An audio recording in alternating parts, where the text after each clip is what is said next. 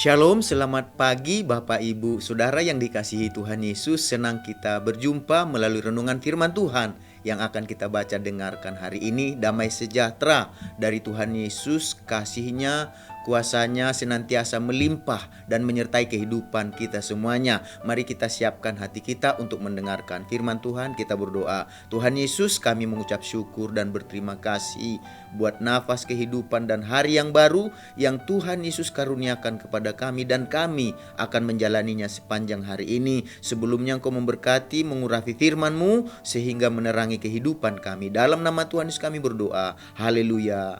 Amin. Firman Tuhan yang akan kita baca dengarkan hari ini tertulis dalam Ayub ayat yang ke-10. Begini firman Tuhan. Karena ia tahu jalan hidupku, seandainya ia menguji aku akan timbul seperti emas. Dari ayat yang kita baca dengarkan hari ini, kita akan berbicara tentang penderitaan sebagai sarana penguji iman. Penderitaan adalah suatu beban, penderitaan adalah suatu kesulitan, penderitaan adalah suatu kesusahan dalam hidup yang harus kita tanggung. Jadi semua orang yang masih hidup di dunia ini tentu tidak luput dari masalah, pergumulan, dan persoalan yang kita sebut tadi sebagai penderitaan dalam kehidupan kita. Maupun dia percaya Yesus atau tidak percaya Yesus, kita semua pasti berhadapan dengan berbagai penderitaan dalam kehidupan kita masing-masing. Jadi sebagai contoh dalam kehidupan kita, di dalam Alkitab ada seorang tokoh di Alkitab yang bernama Ayub. Ayub adalah seorang yang dikatakan jujur. Dia seorang yang saleh. Ia takut akan Allah dan ia juga menjauhi kejahatan. Bukan hanya itu saja, ditulis dalam Alkitab bahwa di zamannya Ayub adalah seorang yang terkaya dari semua orang yang berada di sebelah timur. Jadi meskipun begitu, Ayub adalah manusia biasa, sama seperti kita adalah manusia biasa. Semua manusia, Ayub pun tidak luput dari berbagai penderitaan dan persoalan dan masalah dalam kehidupannya. Jadi diceritakan bahwa ke-10 anaknya dalam seketika semuanya meninggal. Bahkan segala harta yang dimilikinya dalam seketika juga habis.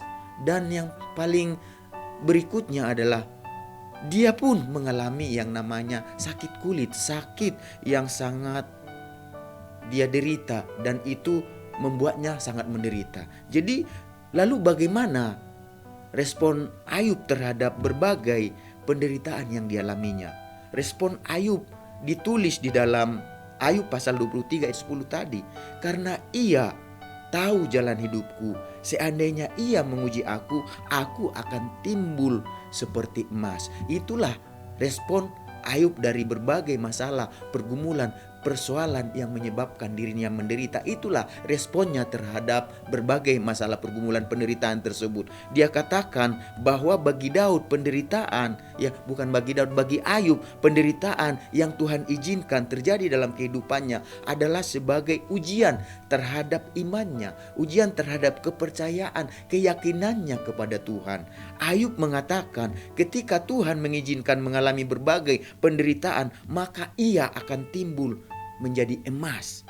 Artinya Ayub menyadari bahwa berbagai penderitaan yang dialaminya adalah sebagai sarana yang diizinkan oleh Tuhan untuk memurnikan imannya. Jadi apakah imannya ini murni atau palsu? Jadi kalau kita lihat, ternyata iman daripada Ayub adalah iman yang asli, yang timbul seperti emas, yang murni ketika diperhadapkan dengan berbagai penderitaan yang dialaminya. Jadi akibat dari iman yang murni tersebut justru mengembalikan 2 kali lipat dari apa yang hilang dari kehidupannya. Jadi Bapak Ibu Saudara yang dikasihi Tuhan Yesus, sebagaimana pengalaman Ayub, Tuhan yang sama juga akan mengizinkan kita untuk mengalami berbagai macam penderitaan sebagai sarana untuk menguji kualitas iman kita sebagai orang yang percaya, sebagai orang yang beriman, sebagai orang yang yakin akan Tuhan. Jadi mari kita belajar bahwa masalah atau penderitaan yang dimaksud bisa berupa masalah yang terjadi dengan keuangan atau ekonomi kita, atau sakit penyakit yang kita alami, atau berbagai masalah dalam kehidupan kita, baik itu yang timbul dalam rumah tangga atau keluarga kita, dalam sekolah perkuliahan kita, dalam setiap usaha dan pekerjaan kita, aspek kehidupan kita akan mengalami berbagai hal, masalah, pergumulan yang menyebabkan kita ada di dalam penderitaan. Lalu bagaimana seharusnya respon atau reaksi kita ketika Tuhan mengizinkan kita menghadapi berbagai penderitaan dalam hidup kita? Jadi ada dua respon atau reaksi kita terhadap berbagai penderitaan yang kita alami. Yang pertama, responnya adalah kita semakin mendekat kepada Tuhan. Kita mendekat kepada Tuhan dengan cara kita mencari Tuhan. Kita mencari wajahnya. Kita datang mencari Tuhan sebagai tanda apa? Sebagai tanda kita mempercayai Tuhan. Kita mempercayainya dengan apa? Dengan belajar berpegang kepada janji-janjinya ketika kita mengalami berbagai pergumulan, persoalan dalam hidup yang menyebabkan kita menderita. Kita apakah mendekat kepada Tuhan? Itu yang Tuhan inginkan. Respon yang Tuhan inginkan dalam kehidupan kita. Yang pertama, seharusnya kita semakin mendekat kepada Tuhan. Kita pegang janjinya. Kita imani perkataan Tuhan. Kita mengisi kehidupan kita dengan firman dan janjinya. Seperti yang dikatakan dalam Mazmur pasal yang ke-119 ayat 67 dan ayat yang ke-71. Dikatakan di sana, sebelum aku tertindas, aku menyimpang, tetapi sekarang aku berpegang pada janjimu. Berpegang pada janji Tuhan saat kita mengalami berbagai pergumulan, persoalan yang menyebabkan kita menderita adalah respon yang baik.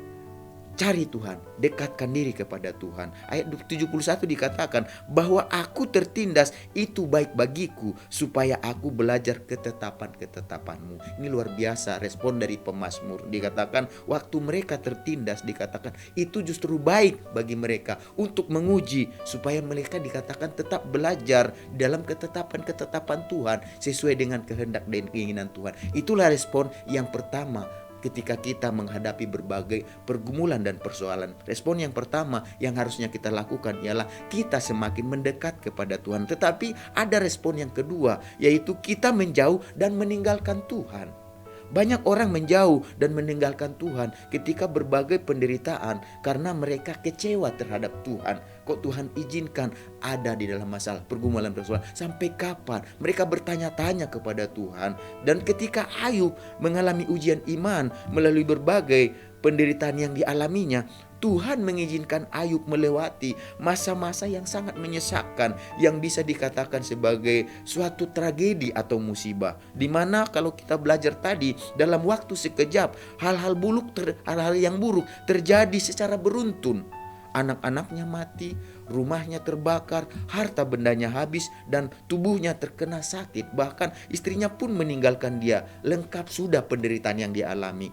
Jadi kalau kita belajar, Bapak Ibu Saudara yang dikasihi Tuhan Yesus, pada saat segala sesuatu dalam kehidupan kita kelihatannya buruk, kelihatannya tidak berjalan seperti yang kita inginkan, seringkali kita memiliki respon yang negatif. Kita menyalahkan keadaan, kita menyalahkan orang lain, dan bahkan kita berani menyalahkan Tuhan. Dan bahkan tidak berhenti di situ saja. Kita mengeluh, kita mengomel, dan kita bersungut-sungut kepada Tuhan. Kita pun menjadi akhirnya malas berdoa, kita malas beribadah, kita ogah-ogahan dalam pelayanan. Akhirnya kita semakin menjauhkan diri dari pertemuan-pertemuan ibadah, dan kita lama-lama meninggalkan Tuhan. Jadi Bapak Ibu Saudara yang dikasihi Tuhan Yesus, marilah kita belajar untuk tidak undur dari Tuhan hanya karena berbagai masalah, pergumulan, persoalan yang kita hadapi yang menyebabkan kita menderita. Janganlah gara-gara itu kita undur dari Tuhan. Karena kadang Tuhan izinkan kita harus melewati berbagai masalah dan penderitaan. Supaya apa? Supaya kita belajar untuk bergantung sepenuhnya kepada Tuhan.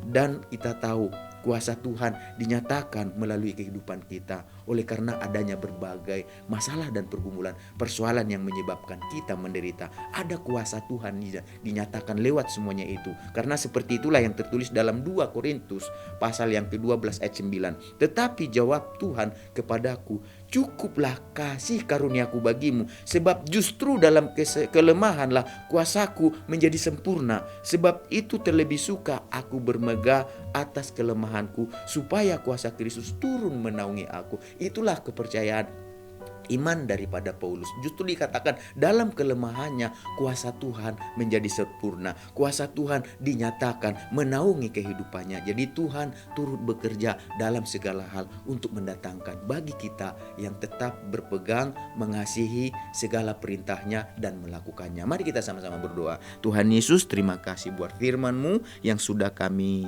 dengarkan bersama. Jadikan kami menjadi pelaku firman-Mu, dan kami menyadari melalui firman Tuhan pagi hari ini kami belajar untuk dalam penderitaan. Kami sadari sengaja Tuhan izinkan, Tuhan biarkan itu terjadi dalam hidup kami untuk menguji iman kami, apakah iman kami murni atau palsu. Tapi kami percaya Tuhan, di dalam segala masalah pergumulan persoalan kami, Tuhan ada di sana. Tuhan tidak tinggalkan kami. Oleh sebab itu ajar kami untuk bergantung kepada Tuhan, untuk berharap kepada Tuhan, untuk berserah dan percaya sepenuhnya kepada Tuhan. Khususnya di masa-masa Tuhan menguji iman kami. Sebab ketika iman kami teruji, bahkan lebih yang daripada diambil daripada kami, Tuhan bisa kembalikan berapa kali lipat. Karena kami tahu dengan begitu kuasa Tuhan akan menjadi nyata, pertolongan Tuhan akan menjadi nyata, dan kemuliaannya menaungi kehidupan kami. Terima kasih Tuhan Yesus buat firman-Mu sepanjang hari ini. Tuhan, ajar kami Tuhan untuk belajar berserah dan percaya kepada Engkau, menggantungkan kehidupan dan harapan kami kepada Engkau.